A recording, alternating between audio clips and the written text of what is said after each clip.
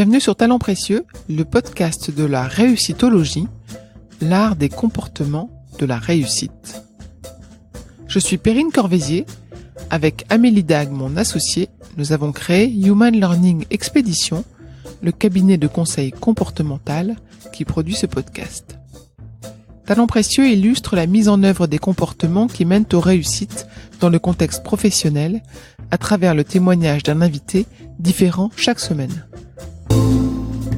Vous êtes de plus en plus nombreux à nous écouter et cela nous fait vraiment plaisir de produire nos épisodes pour vous. Pour nous soutenir, parlez de Talents Précieux autour de vous, partagez vos impressions sur les réseaux sociaux, suivez Talents Précieux sur Instagram. Vous pouvez également vous abonner, noter et commenter Talents Précieux là où vous nous écoutez.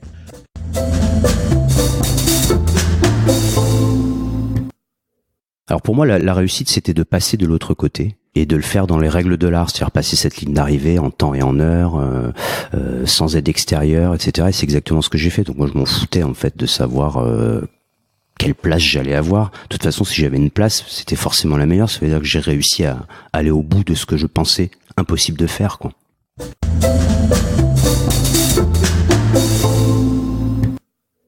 C'est Instagram qui a amené Pierre Mastalski vers Talents Précieux. Et si un aventurier, un aventurier de la mer, venait nous parler des compétences mises en œuvre pour réussir? C'est ce qu'il a fait et c'était passionnant. Je suis tellement heureuse de pouvoir le partager avec vous. Pierre n'était ni sportif, ni marin, ni solitaire, ni suicidaire quand il a réalisé la traversée de l'Atlantique à la rame. Il nous raconte la préparation, la traversée et la suite de son aventure.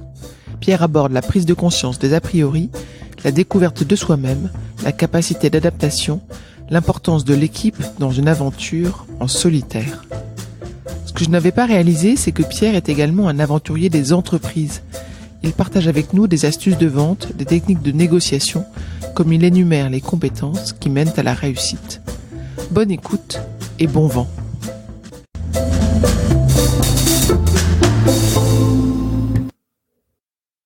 Bonjour Pierre. Bonjour. C'est la première fois que je parle à un aventurier. Est-ce que tu es vraiment aujourd'hui encore un aventurier ?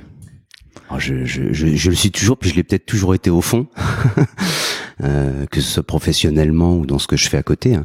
Mais c'est vrai que là, oui, c'était une vraie aventure, quoi. Donc aventurier. Je t'ai déjà vu avec un chapeau de pirate. Ça donne un autre indice à nos auditeurs. C'est-à-dire, c'était quoi ton aventure à toi ? Alors la vraie aventure, hein, celle qui, puisque tu parles de pirate avant, c'est la traversée de l'Atlantique à la rame. Alors il y a plusieurs particularités parce que pas mal de personnes l'ont déjà réalisé, mais moi je suis pas marin du tout, je suis pas un sportif de haut niveau, j'aime pas l'eau, j'avais rien à foutre là, quoi. Et l'histoire du pirate, finalement, elle est assez liée à cette traversée, c'est que au cours de cette aventure, j'ai rencontré des vrais pirates, c'est-à-dire des gens qui s'habillent comme des pirates de l'époque, qui vivent comme des pirates sur des festivals, et j'ai été invité, et pendant une journée, j'ai été pirate. Et à la fin, en fait, ils m'ont dit, mais nous, on fait les pirates depuis des années, on adore ça, mais on n'a jamais, en fait, été sur l'eau, quoi. Et toi, tu vas traverser l'océan, donc ils m'ont donné, en fait, plein d'éléments, en fait, de pirates, pour traverser. Donc j'avais un camal qui me permettait de choisir mon cap, etc., comme les vrais pirates, quoi. Donc c'est de ce moment-là que je suis devenu un pirate, oui. Donc il y a un peu moins de 10 ans maintenant, t'as traversé l'Atlantique seul, à la rame, sans escale, sans hélicoptère au-dessus de toi.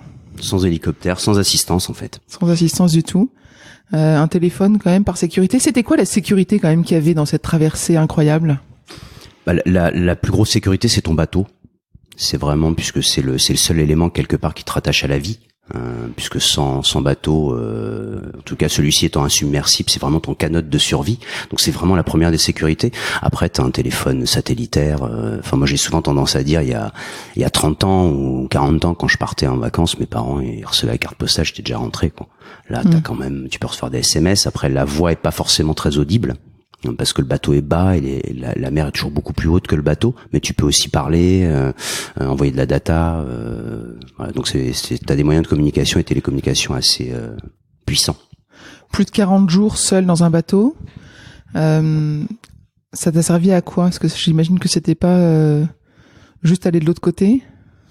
Alors au départ si, puisque moi c'est presque un rêve inavoué en fait. C'est une rencontre que j'ai faite sur un salon nautique. C'est la première fois que j'y mettais les pieds, un salon nautique. Moi tu m'aurais dit d'aller à un salon de la moto, j'y courais. Salon du nautisme, aucun intérêt quoi. Mais c'est un pote qui m'a dit viens, tu verras, ça va être top, tu vas te régaler. Effectivement je me suis régalé, mais j'ai surtout vu une espèce de truc qui m'a plutôt interpellé, et c'était ce fameux bateau. Il avait pas de mât, il y avait une bulle de Tintin, je me demandais ce que c'était quoi. Et c'est plus la rencontre avec à la fois ce bateau et la personne que j'ai rencontrée sur le salon qui ça m'a fait un déclic en fait. Et c'est plus cette rencontre-là qui m'a emmené vers l'océan, vers cette traversée. Je pense que sinon de toute façon j'aurais jamais mis les pieds quoi. Donc tu dis la rencontre avec un bateau, un objet qui t'a intrigué, et la personne, ça a été quoi son rôle dans ton aventure? Son rôle, ça a été finalement de me faire prendre conscience de mes a priori. C'est-à-dire que moi, quand j'ai vu ce bateau qui m'a expliqué que c'était pour traverser l'Atlantique, comme Gérard Daboville, etc., je me suis dit, mais putain, il faut être complètement cinglé pour faire ça, qu'en fait, un malade mental. Ou alors, faut être extrêmement puissant physiquement. Et là, vous me voyez pas, mais je fais 1m70. Je suis plutôt taillé assez léger. Et je suis pas taré du tout, quoi. Je suis plutôt assez rationnel. Et donc, pour moi, c'était pas pour moi. Et cette personne était plus âgée que moi, plus petite que moi, donc fallait déjà le faire quoi. Et puis elle l'avait fait visiblement 2 ans avant, à 52 ans. Et là moi je me suis dit mais lui il se moque de moi en fait. Ben non, c'était vrai. Et donc ça a un peu mûri dans ma tête en me disant mais moi s'il l'a fait, mais moi aussi quoi en fait. Donc ce que moi je ne pensais pas faisable parce que je pensais qu'il fallait être vraiment costaud et complètement fou, ben non en fait. Il y a eu beaucoup de préparation entre le salon nautique et ton départ? Il y a eu un mois de réflexion, de les yeux qui brillent, qui pétillent, puis après la réalité, est-ce que tu le fais? Tu sais que tu peux perdre ta vie, pas revenir, t'y connais rien, enfin bref, donc tu passes pas mal de choses, les enfants, la famille, le boulot, bref, toutes nos habitudes, en fait, c'est toute notre vie. Et puis une fois que la décision a été prise, un mois après, c'était 1 an de préparation parce que le départ était 1 an après, donc c'est 1 an plus le boulot et tu te prépares à tout quoi. Donc, à tout ce que tu imagines. Ouais, préparation physique, financière quand même j'imagine. Trouver des sponsors. T'avais des sponsors? Alors au début j'avais rien du tout, j'avais pas de bateau, j'avais rien, donc oui c'est trouver des partenaires financiers forcément, mais encore je dis souvent que c'est quand t'es pas marin, que t'es pas sportif de haut niveau et que t'aimes pas l'eau, trouver 100 000 euros, ça fait partie de l'aventure. Ouais. et j'ai trouvé finalement ces 100 000 euros au bout du compte. Alors pas forcément la totalité avant le départ, mais après c'est encore tombé derrière. Donc c'était quoi la réussite de cette traversée pour toi? Alors pour moi, la réussite, c'était de passer de l'autre côté et de le faire dans les règles de l'art, c'est-à-dire passer cette ligne d'arrivée en temps et en heure, sans aide extérieure, etc. Et c'est exactement ce que j'ai fait. Donc moi, je m'en foutais en fait de savoir quelle place j'allais avoir. De toute façon, si j'avais une place, c'était forcément la meilleure. Ça veut dire que j'ai réussi à aller au bout de ce que je pensais impossible de faire, quoi. D'accord. J'imagine que pendant plus de 40 jours, tu cogites. T'as eu envie de partir dans l'autre sens? Alors si toutefois j'avais eu envie, je parle beaucoup moi souvent de s'autoriser des choses, mais là il vaut mieux pas se l'autoriser d'aller de l'autre côté parce que déjà c'est très difficile d'aller dans ce sens-là, donc de Dakar vers Cayenne c'est assez complexe, mais de l'autre côté c'est quasiment impossible en fait. Les vents sont contraires, les courants le sont déjà naturellement, mais là ils le sont encore plus, donc c'est quasiment impossible. Après je sais qu'il y en a peut-être qui ont essayé, mais lutter contre les éléments, tu y arrives de 3, 4, 5, 6 heures. Mais bon, après... Tu t'es découvert toi-même dans cette traversée, j'imagine? Oui, parce que quand tu passes autant de temps seul avec toi-même, tu y es de façon très vite. Hein. Encore en une journée de temps, t'es vite seul face à toi-même. T'as vite compris en fait l'étendue du chantier, hein, si on peut appeler ça un chantier. Donc oui, t'apprends beaucoup sur toi. Tu reviens énormément finalement à l'essentiel. Et puis t'es assez surpris par ton corps, par ta tête, c'est-à-dire que sa capacité finalement d'adaptation face aux éléments, quoi, parce que t'as pas vraiment le choix en fait. Mais très rapidement, tu te trouves une espèce de rythme, de fonctionnement où tu prends des décisions, pas forcément les meilleures, mais en tout cas tu les prends. Donc moi je dis souvent que tu prends les moins mauvaises décisions, mais en tous les cas tu les prends, donc tu avances et tu apprends en permanence de ces moins mauvaises décisions pour qu'elles deviennent de mieux en mieux en fait. Et plus plus ça avance, plus tu t'affines, plus t'es performant, plus tu te sens mieux, et puis plus t'es rassuré, quoi, en fait. T'avais quand même une équipe à terre. Tu te sentais dans une aventure à plusieurs, même si t'étais le seul à ramer. Alors moi oui, de toute façon c'est presque le paradoxe en fait de cette aventure, c'est que c'est en solitaire, c'est sans assistance, c'est sans escale. Enfin, c'est un peu comme un grand ou comme un sale égoïste.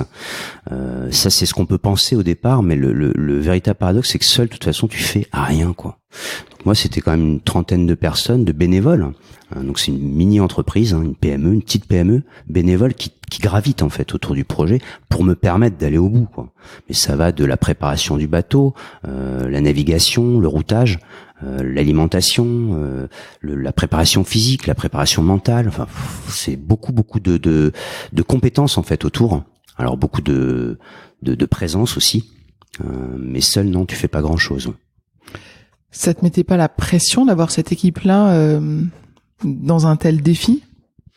Non, parce qu'en fait, c'est moi je dis toujours, enfin je suis pas, j'ai jamais fonctionné seul en fait, donc c'est pour moi c'est impossible de toute façon, et c'est la réalité de faire les choses seul, ça marche pas. Tout le monde te dit que ça va plus vite, mon cul. On sait très bien où ça mène en fait. Donc on peut aller très vite à plusieurs. C'est pas vrai qu'on va plus vite tout seul, mais c'est surtout important, et ça m'a jamais mis de pression. Moi, je me suis jamais mis de pression en fait.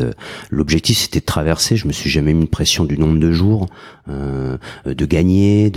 D'ailleurs, j'aime pas le terme gagner. Je préfère le terme réussir. Pourquoi ? Parce qu'on n'est pas dans une équipe. Si on prend l'exemple d'une entreprise ou de ce type de projet, faut pas oublier les éléments, faut pas oublier un certain nombre de choses en fait. Et pour réussir, il faut pas oublier l'essentiel, quoi. Une fois que t'es arrivé, qu'est-ce que tu t'es dit ? Est-ce que tu t'es dit bon bah c'est réussi, je recommence et je fais autre chose de plus grand, de différent ? Quand t'arrives déjà, t'as un gros sentiment de sérénité. T'es calme, t'es vraiment en plein accord avec toi-même. C'est-à-dire que tout le monde te parle d'exploit, de machin, il y a une espèce de tourbillon autour de toi. Mais toi, t'es juste heureux. Déjà, tu retrouves tes proches, ta femme, tes enfants, ceux qui ont pu faire le déplacement à l'arrivée, à Cayenne en l'occurrence. Donc ça, il y a vraiment un moment où t'as quand même passé 42 jours tout seul. Alors c'est pas tout seul, il y a plein d'animaux en mer. Et puis t'as plein de pensées aussi. Mais effectivement, tu revois en fait. Donc c'est des moments qui sont assez forts. Mais non, finalement, en fait, t'as pas tout de suite envie de repartir. T'es bien là où tu es. Tu profites. Après, t'as aussi le mal de terre, donc t'as un peu de mal à t'habituer à revenir sur quelque chose qui bouge plus, parce que ton corps s'est complètement adapté à un milieu mouvant, même ta position, ta tête, enfin tout est, tu fais corps finalement avec les éléments, et là tu arrives sur quelque chose de stable. Donc en fait t'as tout qui bouge autour de toi, donc c'est assez particulier, quoi. Donc t'as un petit temps d'adaptation, mais finalement t'as tellement manqué de choses, le regard d'une personne par exemple, mais aussi la nourriture. Donc tout est beau, tout est chouette, tout a beaucoup plus de saveur en fait, presque du goût. Et cette sensation de sérénité, de beauté, de gratitude, elle dure combien de temps ? Ça fait 7 ans, ça continue encore, quoi. Ça t'a changé ? Moi je dis souvent que ça m'a pas forcément changé fondamentalement, ça a vraiment renforcé ce que je pensais au fond. Voilà, tout simplement. Je pense qu'on part pas. Celui qui part et qui est pas, qui fuit quelque chose, il traverse pas où ça se passe mal. Moi, je fuis rien en fait. C'est certainement un rêve inavoué. J'avais des yeux qui brillaient. Je trouvais ça incroyable. Relier 2 continents à la force des bras, il y avait une symbolique qui était vraiment forte. Tout seul face aux éléments, je trouvais ça vraiment assez puissant. Et puis tout le monde le même bateau. Ça veut dire c'est de la monotypie, pas qu'on a un plus léger, donc je trouvais ça, il y avait plein de principes qui me plaisaient en fait, et plein de valeurs en fait qui me plaisaient. Et puis au-delà du fait que ce soit une course, pour moi la course a toujours été un prétexte. Les plages, j'en ai jamais rien eu à faire finalement, mais c'est un prétexte pour faire les choses. Peut-être que sans organisation, j'aurais peut-être pas fait tout seul. Déjà, j'aurais pas découvert ça.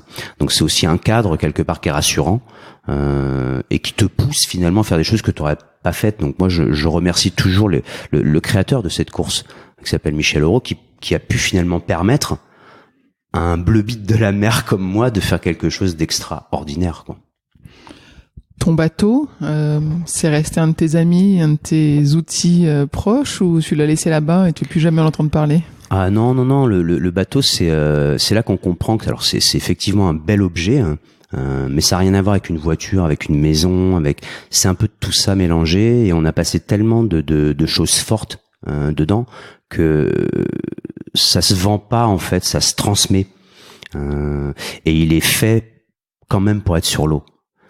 Donc il faut qu'il reparte, sinon c'est un joli pot de fleurs, mais c'est dommage quoi, parce qu'il se détériore, il s'abîme, et il est tellement beau sur l'eau, il est tellement fait pour ça, qu'il faut que d'autres personnes revivent ça. Donc j'ai plutôt transmis ce bateau, donc quelqu'un me l'a racheté mais est reparti avec, et ce bateau va repartir encore une troisième fois après. Donc tu moi, le quoi. suis. Donc je le suis. D'accord. Avant cette grande aventure, c'était quoi ta plus grande aventure menée dans ta vie professionnelle ou peut-être personnelle? La plus belle aventure, elle est certainement professionnelle, hein. À l'époque j'étais chez Canon, puis j'ai quitté Canon, la bureautique, donc la belle école de vente, la grosse structure, et je suis rentré dans une petite boîte qui s'appelait Omnicom, qui était le premier concurrent de France Télécom, donc personne ne savait, ex-PTT quand même, je rappelle, hein, l'État quoi, donc l'État dans l'État, et nous on était vraiment le petit troublion, et c'est certainement la plus belle expérience professionnelle, puisque j'étais très très jeune et j'ai accédé à des responsabilités extrêmement rapidement, parce que la boîte a grossi très vite. C'est devenu d'ailleurs SFR quelques années plus tard, après plein de péripéties, des introductions boursières, et donc je suis passé finalement de directeur de moi-même au départ, parce que j'étais directeur régional, mais en fait il y avait rien, il y avait tout à monter, à m'occuper de Paris par la suite, région parisienne, puis la France, puis voilà, donc avec des responsabilités, 40 commerciaux, donc ouais, une expérience incroyable, et surtout dans une ambiance incroyable, beaucoup de confiance, beaucoup d'insouciance, mais à la fois de sérieux, de plaisir, de joie, de rigolade, mais on a bossé quoi. Ouais, c'est ça. Marré, quoi. Si t'as réussi à monter aussi tôt et aussi vite et aussi haut chez eux, c'est quoi? C'est que tu travaillais, t'étais dans un climat de confiance. Qu'est-ce que tu mettais d'autre de toi pour y arriver? C'est vraiment un climat de confiance. C'est-à-dire que moi j'ai été le premier surpris finalement. C'est deux personnes. Alors moi je dis deux jeunes, mais à l'époque ils avaient des 35 ans. Moi j'en avais 25, 26, donc j'étais vraiment beaucoup plus jeune qu'eux. Mais eux étaient finalement très jeunes. Mais ils m'ont fait confiance. Voilà, ils m'ont confié les clés. Voilà, ils m'ont dit tu t'occupes de la région Est. Et donc je me suis retrouvé du jour au lendemain à trouver une agence, chercher une secrétaire, faire le technicien, monter des trucs, aller chercher les premiers clients. Puis ça a grossi, c'est monté. Et puis on a commencé à être plusieurs, on a commencé à prendre des gros clients, on a commencé à faire un peu mal sur la région. Et puis la boîte grossissant, eh bien moi c'est une des personnes que j'ai recrutées qui a pris ma place. Moi je suis parti à Paris, et ainsi de suite en fait. Donc c'est des expériences formidables, mais oui, dans un climat de confiance totale, puisque de toute façon dans les démarrages d'activité, il n'y a pas d'autre choix. Oui, c'est ça. J'ai lu des choses sur toi où tu dis que tu étais quand même souvent là ou toujours là dans les démarrages. C'était un homme des démarrages, c'est ça? Ouais, j'aime ce côté. Alors c'est pas que j'aime ce côté, mais je trouve que c'est là où il y a où tout est beaucoup plus sain, beaucoup plus simple, beaucoup plus sincère, et c'est là où on est les plus performants en fait. Pourquoi? Parce qu'il y a t'as pas d'argent, ou très peu. Donc tu fais avec les moyens du bord, mais tu réfléchis intelligemment, à peu de cerveau en l'occurrence, mais ça va vite. Donc au lieu de perdre énormément de temps, tu agis, tu mets en place, tu rectifies, et tu avances très très vite en fait. Et comme tu as pas beaucoup d'argent, tu fais vraiment avec ces moyens du bord. Mais c'est intéressant quoi. Les problèmes viennent souvent d'ailleurs au moment où la boîte commence à avoir de l'argent, c'est-à-dire qu'elle commence à toucher au succès, tout le monde en entend parler. Personne n'aurait voulu prendre de risque au départ. Et puis une fois que la boîte commence à être connue, que ça fonctionne, alors là les emmerdes commencent. Et dans ce cas-là, tu réagis comment toi quand les emmerdes commencent? Ça dépend de comment ça se passe. Il y a plein de structures où j'ai continué derrière parce que les gens avaient un vrai projet, avaient respecté ce qui avait été monté, et respectaient surtout la manière dont ça fonctionnait finalement, et ce qui a fait le succès de ce qu'ils ont racheté. Parce qu'il faut pas l'oublier, quand on rachète quelque chose, en général, c'est parce que ça a marché. Donc quand on s'évertue finalement à le détruire, faut quand même se poser la bonne question, quoi. C'est est-ce qu'on a racheté quelque chose pour que ça continue à fonctionner, ou est-ce qu'on l'a racheté pour le faire disparaître et récupérer la clientèle? Voilà, c'est des choix différents. Mais au bout d'un moment, oui, moi j'aime bien. Peut-être je m'ennuie peut-être plus rapidement au bout d'un moment, et je pense que je suis fait effectivement pour démarrer des choses, les monter à maturité, et puis après quand ça tourne, bon, ça m'intéresse un peu moins, quoi. Ça devient presque routinier, c'est pas inintéressant, mais je pense qu'il y en a d'autres qui sont peut-être mieux placés que moi pour le faire après, pour le gérer. Tu disais que tu avais recruté quelqu'un qui t'avait remplacé dans la région pour te permettre toi d'évoluer, de faire autre chose. Et souvent on dit que c'est un bon conseil d'aller chercher un second qui est capable de faire mieux que toi, te remplacer pour te donner la liberté de progresser. Est-ce que ça tu l'avais en tête ou est-ce que c'était arrivé au hasard, par hasard? Alors, pour moi, il n'y a pas de hasard. En fait, il y a que des rencontres. Donc, il est évident que si la personne que j'avais recrutée, je m'entendais pas avec, ça fitait pas, ça aurait pas été elle, quoi. Mais c'est avéré que c'était elle. C'était la bonne personne au bon moment, au bon endroit, et parce qu'on avait aussi partagé une création. Donc, c'est beaucoup d'investissement, c'est beaucoup de discussions, c'est beaucoup d'échanges. Donc, c'est beaucoup de confiance. Donc on sait en fait où on met les pieds. Et lui aussi sait d'ailleurs où il met les pieds et il sait qu'il pourra toujours compter l'un comme l'autre finalement sur ce qu'on a partagé, quoi. Donc ça reste quand même des valeurs fortes. Quand tu démarres quelque chose, tout le monde se moque de toi en général. Pourquoi tu vas concurrencer France Télécom, t'es complètement cinglé, enfin n'importe quoi. Et puis quand ça commence à fonctionner, que tu commences à prendre des gros clients, donc en fait tu manges ton pain noir finalement, mais tu continues, tu avances, t'es déterminé, et finalement les gens te font confiance aussi à toi, donc à tes équipes, à ce que tu fais, puisque t'as rien derrière toi, t'as pas de nom, t'as pas d'entreprise, donc c'est vraiment toi qui fais la différence. Et c'est certainement le plus intéressant de tout, c'est que c'est pas parce que tu as les meilleurs produits que ça marche. C'est parce que t'as des mecs qui sont motivés, qui y croient, qui ont confiance en eux, et ils sont beaucoup plus forts. Ils sont convaincants, putain. On était convaincants, quoi. Et c'est pour ça qu'on en a convaincu plein, quoi. Parce qu'on était convaincants et on y croyait, quoi. Vous vous souvenez pourquoi vous étiez convaincants? Qu'est-ce qui faisait que vous arriviez à convaincre? Ah ben moi je trouvais ça juste génial. Déjà t'apportais des économies. Après tu te posais pas de questions. Avant tu payais, tu fermais ta gueule et puis voilà, il y avait pas d'autres discussions, quoi. T'étais un abonné, quoi. Nous on arrivait avec une solution qui était abracadabrante où tu pouvais faire 25% d'économie, mais il fallait que tu changes quelques habitudes, déjà la tienne. C'est-à-dire pourquoi tu irais faire confiance à quelqu'un qui est 25% moins cher alors que tu as toujours payé très cher, soi-disant la Rolls des télécoms. Ben, tout simplement parce que maintenant il y a une autre solution. Voilà. Mais donc ça veut dire que c'était le produit qui faisait que vous étiez en train de gagner des parts de marché, puisque tu disais quand même que vous convainquiez. C'est sûrement lié à vos compétences, non? Qu'est-ce qui faisait que vous arriviez, vous, à convaincre que ce produit était le meilleur? C'est pas que ce produit était le meilleur, c'est que nous, on leur faisait juste comprendre, parce que tout le monde se dit, mais c'est pas possible, comment tu peux faire 25% moins cher qu'on a toujours payé, mais parce que ça fait des années que, voilà. Oui, vous surpayez. Ça fait des années, il n'y a pas de concurrence. D'accord? Donc t'as pas le choix. Donc te pose pas la question pourquoi on peut être moins cher, pose-toi plutôt la question pourquoi t'as toujours payé aussi cher. Mais celle-là, tu vas pas te la poser. Pourquoi? Parce que t'as jamais eu la possibilité de te la poser. Maintenant que t'as le choix, pose-toi la bonne question. Est-ce que t'es prêt à faire le pas d'essayer de payer moins cher? Tu verras que tu appelleras de la même manière. Tu n'entendras rien en différence. Par contre, tu auras payé moins cher. Mais est-ce que tu vas faire confiance à un Pierre Massalski? Tu connais ni d'Ève ni d'Adam, une structure dont t'as jamais entendu parler. La balle est dans ton camp. J'ai envie de te poser la question quand même si la réponse me paraît évidente. On pose la question à nos invités sur leur réussite de nous raconter un succès professionnel qui les a marqués, récent ou lointain, quelque chose où ils ont l'impression de faire bouger les lignes. Ah bah alors il y a Omnicom, mais il y a certainement aussi un deuxième qui était assez fou. C'était chez Poweo, c'était le début aussi de la concurrence du marché de l'électricité, où forcément le régulateur l'ouvre dans des situations les plus complexes. C'est-à-dire que tu pouvais attaquer que les très très gros consommateurs, donc des grosses structures, et n'étant pas connu, c'était assez compliqué. Et le jour où on faisait notre réunion avec Charles Becbédé, ce jour-là, en fait, j'ai eu 2 fax parce qu'à l'époque, ça fonctionnait encore avec des fax. Okay. Pourquoi? Parce que c'est pas qu'on n'avait pas de mail, on commençait déjà à avoir des mails, mais le mail ne redatait pas.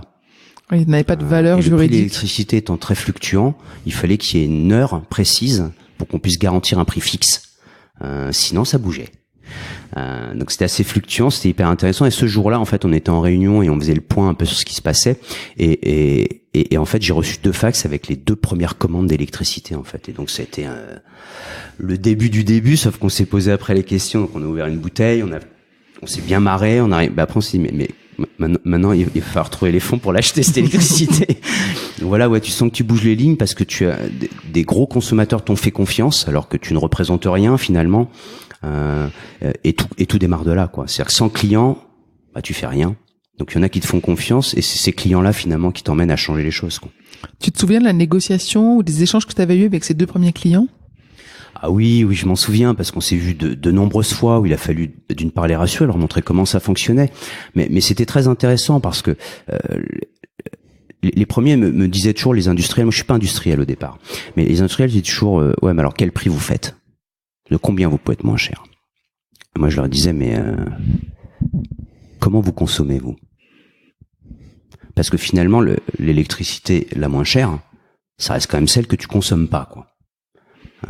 Nonobstant le fait que tu puisses la payer plus cher ou moins cher, si déjà tu regardes la manière dont tu fonctionnes, dont ton industrie, si tu arrives le matin, si tout le monde démarre les machines en même temps, fait les appels de puissance, c'est obligé d'avoir des trucs dingues, donc t'as que des pointes en arrivant, donc t'es obligé d'avoir des niveaux de puissance très élevés, tu payes des abonnements pour ça, et en fait après tout le monde fonctionne calmement. Voilà, donc c'est-à-dire que si tu décales par exemple tes allumages de machines d'une demi-heure, donc tu te réorganises différemment, voilà, déjà t'as gagné beaucoup d'argent. Donc vous voulez qu'on parle du prix de l'électricité ? D'accord, donc ça veut dire que c'est intéressant. Tu es arrivé sur une fonction de conseil? Oui, complètement. Complètement, parce que ma légitimité, elle était, de toute façon, elle sera jamais dans le prix. Il y a toujours quelqu'un qui fait moins cher que toi, plus cher que toi. Enfin, c'est pas là qu'il y a de la valeur ajoutée. Mais par contre, quand tu leur fais comprendre ce qui est important, ce qui est essentiel, c'est pas le prix de l'électricité. C'est comment vous consommez et comment tu peux faire pour consommer moins, puisque c'est celle-là la moins chère. Tu peux la retourner dans tous les sens, quoi. Celle-là, elle vaut 0. Ouais, c'est intéressant. Et comment est-ce que tu es arrivé à savoir vendre comme ça?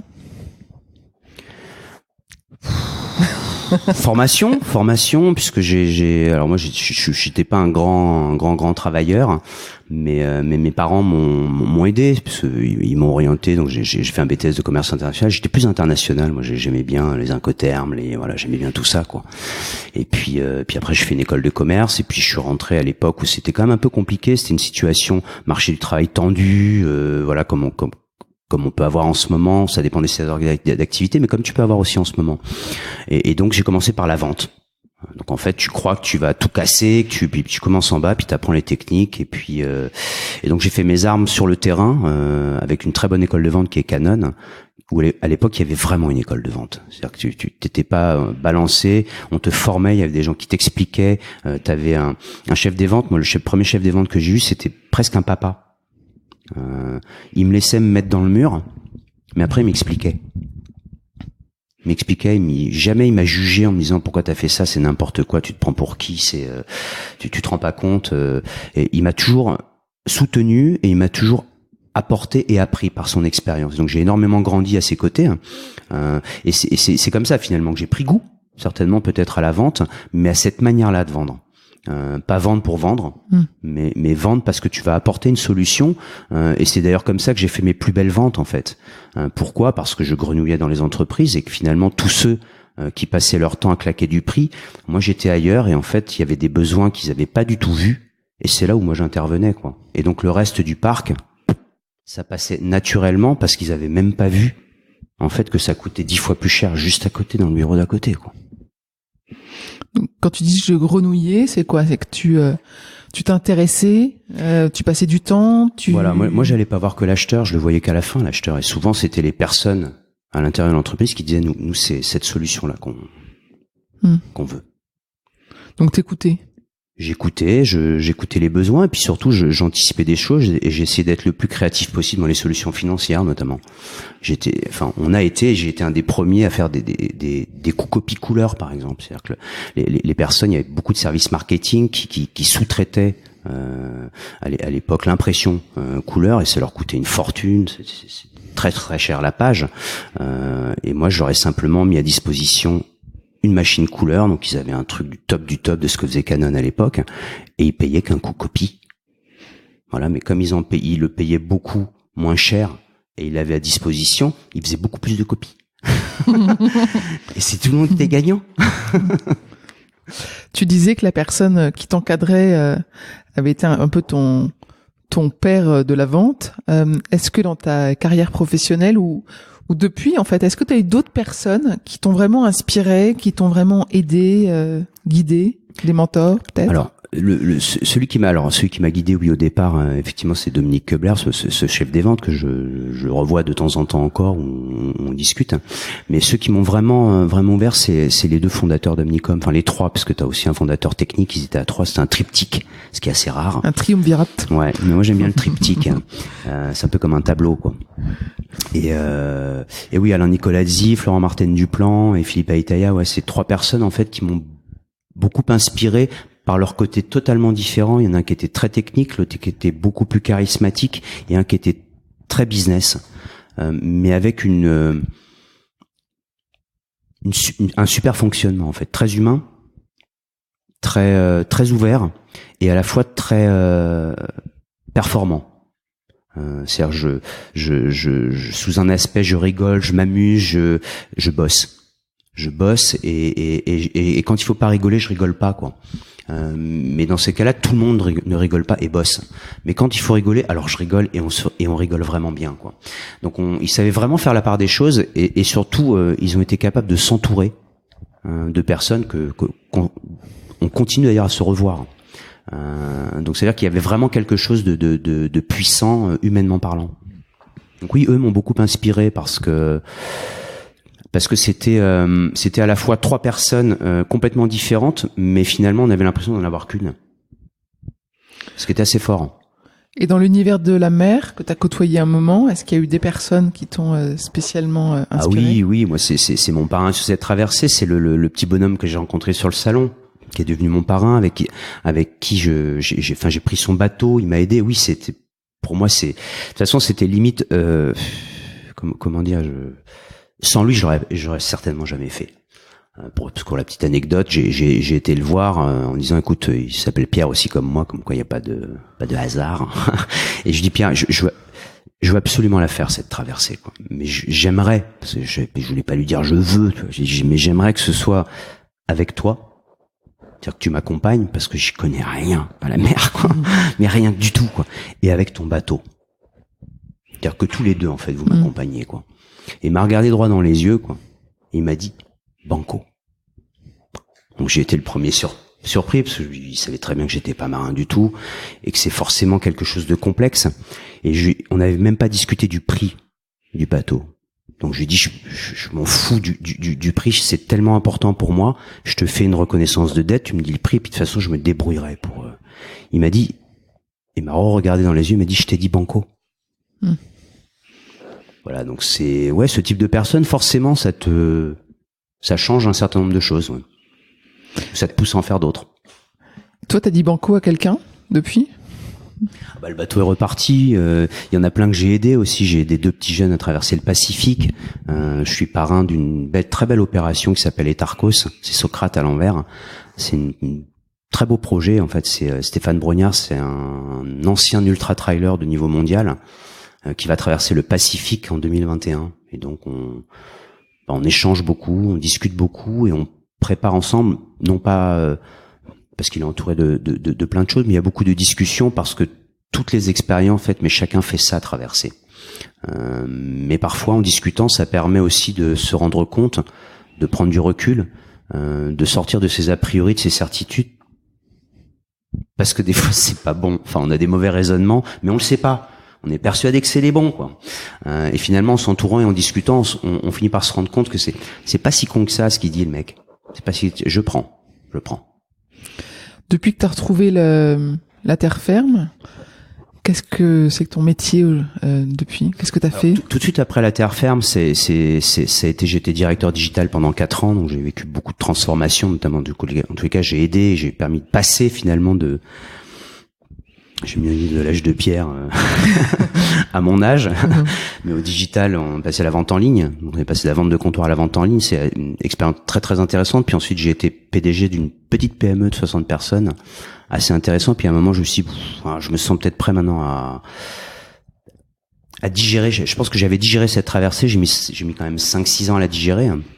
En tout cas, à voir ce que j'en avais retiré et finalement me servir de ce que j'ai appris, de ce que j'ai ressorti de cette traversée pour le transmettre. Donc maintenant, je fais des conférences. Alors dans l'entreprise, je fais aussi beaucoup de collèges, de lycées parce que j'aime bien. Je me dis que plus on peut éveiller tôt l'audace, la prise de risque, la prise de recul, le rêve, l'envie, en fait, que les yeux pétillent, et mieux c'est quoi. Donc sur le fond, effectivement, tu parles d'audace, tu parles d'aller au-delà de tes craintes, de lister tes envies. Ça, c'est les thématiques. Mais sur la façon dont tu es conférencier, donc dans tes expériences passées, tu n'avais jamais été conférencier. Tu avais eu des équipes, donc tu avais dû parler en équipe, mais c'est, j'imagine, différent de monter sur une estrade tout seul avec un micro et de se raconter et de transmettre. Comment est-ce que tu as commencé à faire ça et qu'est-ce que tu as fait pour y arriver?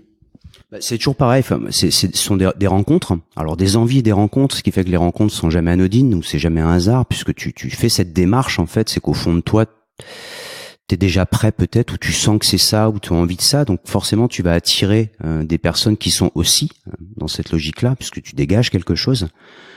Et puis certainement qu'au fond j'ai vraiment quelque chose à raconter de différent, parce que j'ai un passé dans les entreprises, donc je sais comment ça fonctionne dans une entreprise. J'ai pas forcément été d'accord avec tout. J'ai pas forcément vécu des choses qui m'ont toujours fait triper, vibrer, mais majoritairement oui. Mais à un moment j'ai pris des décisions parce que ça me plaisait plus, où ça me correspondait plus, mais j'ai aussi vécu des choses où on les a prises à ma place, parce que peut-être je les avais pas prises non plus. Donc ça fait réfléchir à un certain nombre de choses, mais surtout in fine, on n'en a qu'une de vie, et on passe un paquet de temps au boulot.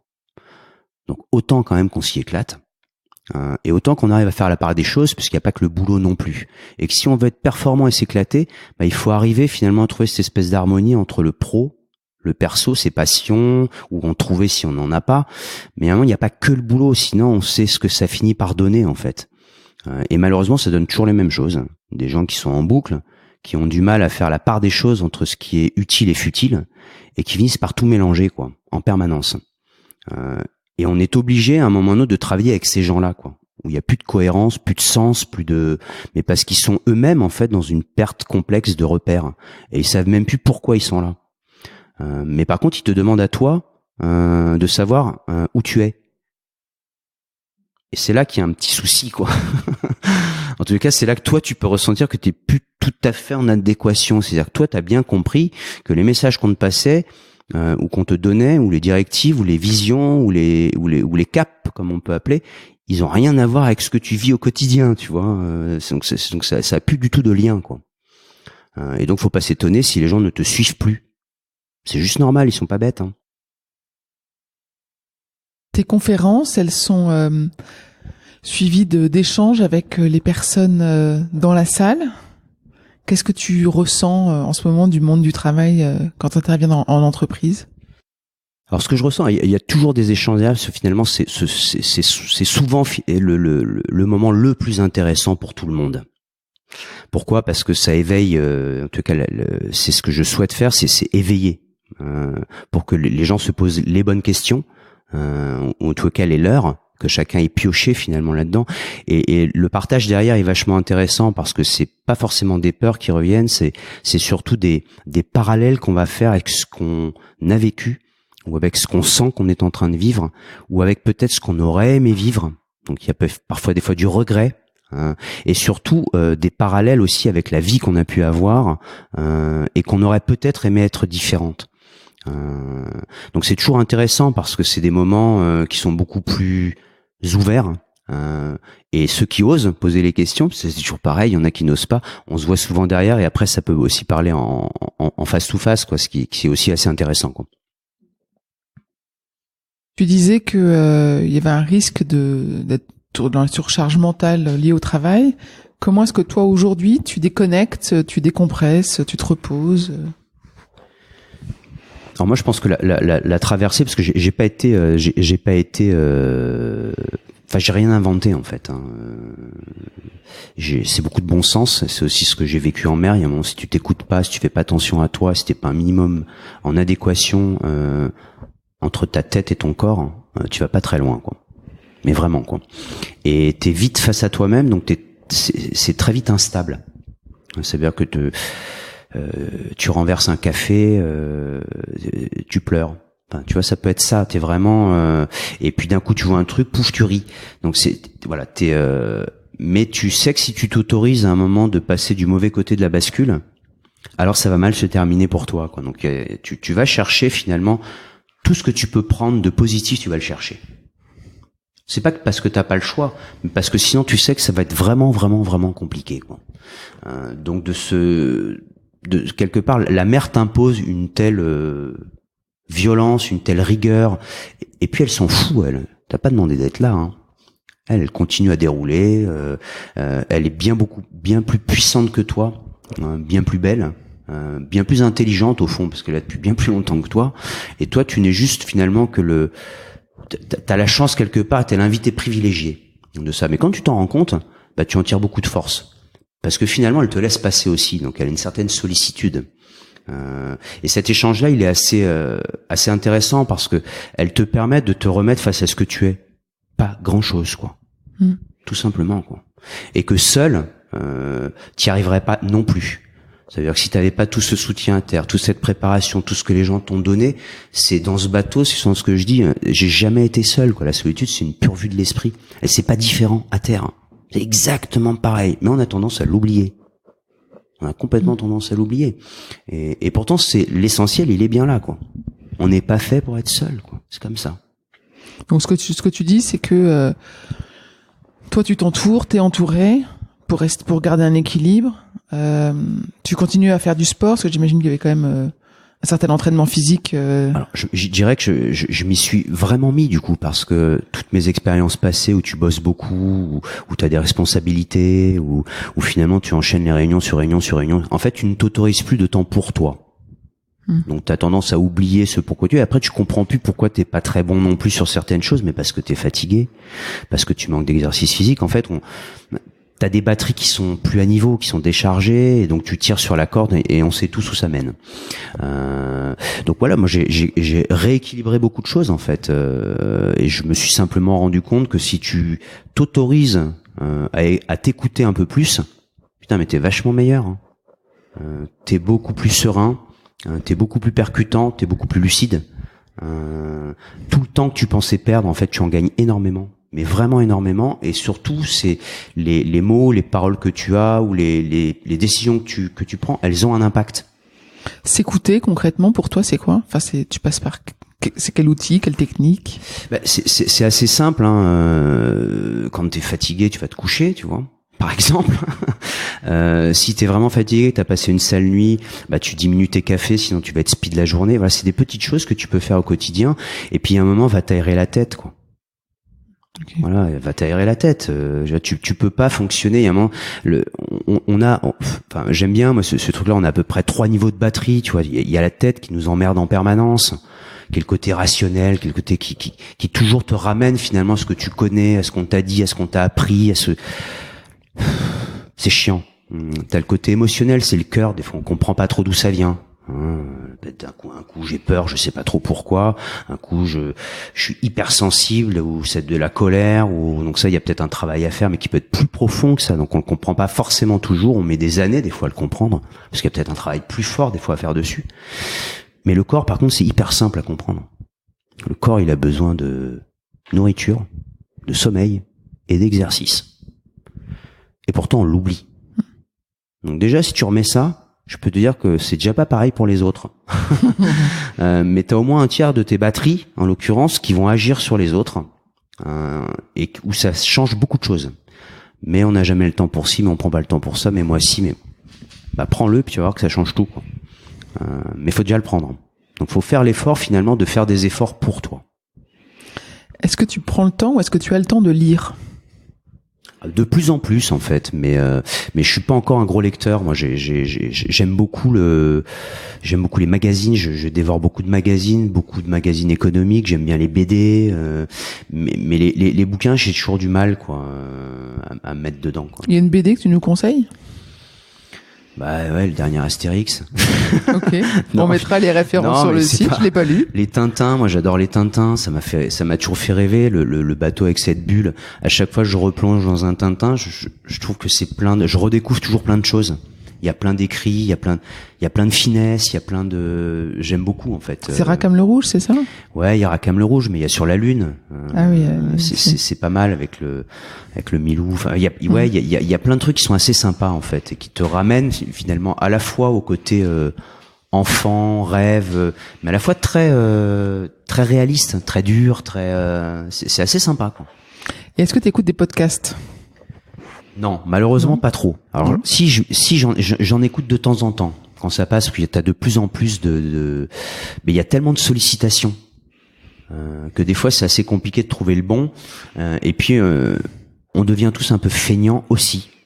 Donc des vidéos avec des trucs très courts, t'es plus attiré des fois par ça. Mais j'ai fait pas mal d'émissions radio. Je trouve que c'est sympa aussi parce que t'as pas d'image justement et tu te projettes un peu comme dans un bouquin d'ailleurs. Et je trouve que c'est assez chouette.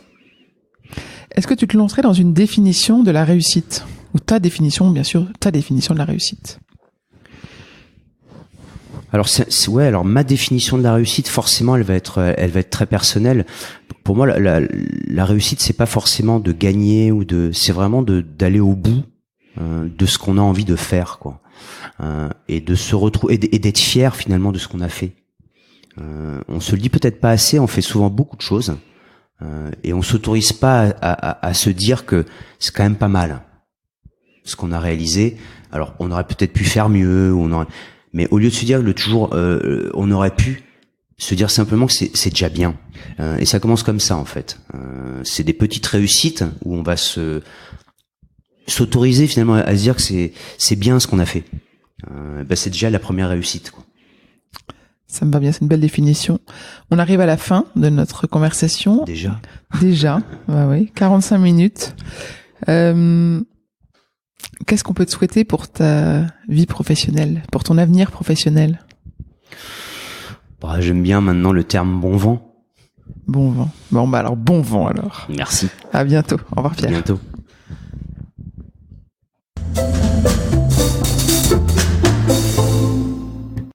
J'espère que vous avez apprécié ce podcast autant que nous avons aimé le préparer et l'enregistrer. Vous retrouverez les notes et les références citées lors de cet épisode sur notre site humanlx.com. humanlx.com. Vous avez des invités à nous suggérer? Mettez-nous en relation, nous adorons mener ces conversations sur la réussite. Talent précieux est produit par Human Learning Expedition, cabinet de conseil comportemental qui facilite les réussites des organisations en libérant 4 types de comportements gagnants. Une curiosité pragmatique, une agilité dans la durée, une audace mesurée, une collaboration inclusive. Pour en savoir plus sur HLX, connectez-vous sur HumanLX ou suivez-nous sur Facebook, Instagram, sur LinkedIn ou sur Twitter. Merci pour votre écoute et à bientôt.